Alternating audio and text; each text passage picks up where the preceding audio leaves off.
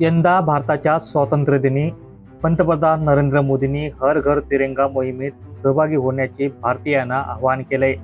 पंतप्रधान नरेंद्र मोदी यांनी 2024च्या स्वातंत्र्य दिनापूर्वी हर घर तिरंगा मोहीम सुरू केली आहे.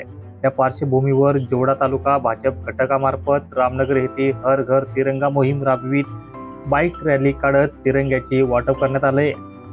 यावेळी तालुका भाजप अध्यक्ष शिवाजी गोसावी, उपाध्यक्ष गुरप्पा हनबर, युवा मोर्चा नूतन अध्यक्ष आकाश सावंत, महाशक्ती केंद्र अध्यक्ष गिरीश गोसावी, एससी मोर्चा अध्यक्ष प्रभाकर जत्रोळकर, महिला मोर्चाच्या सीमा नाईक, जिल्हा भाजप युवा मोर्चा सदस्य व जोडा तालुका प्रभारी महेश मिराशी व अन्य कार्यकर्ते उपस्थित होते.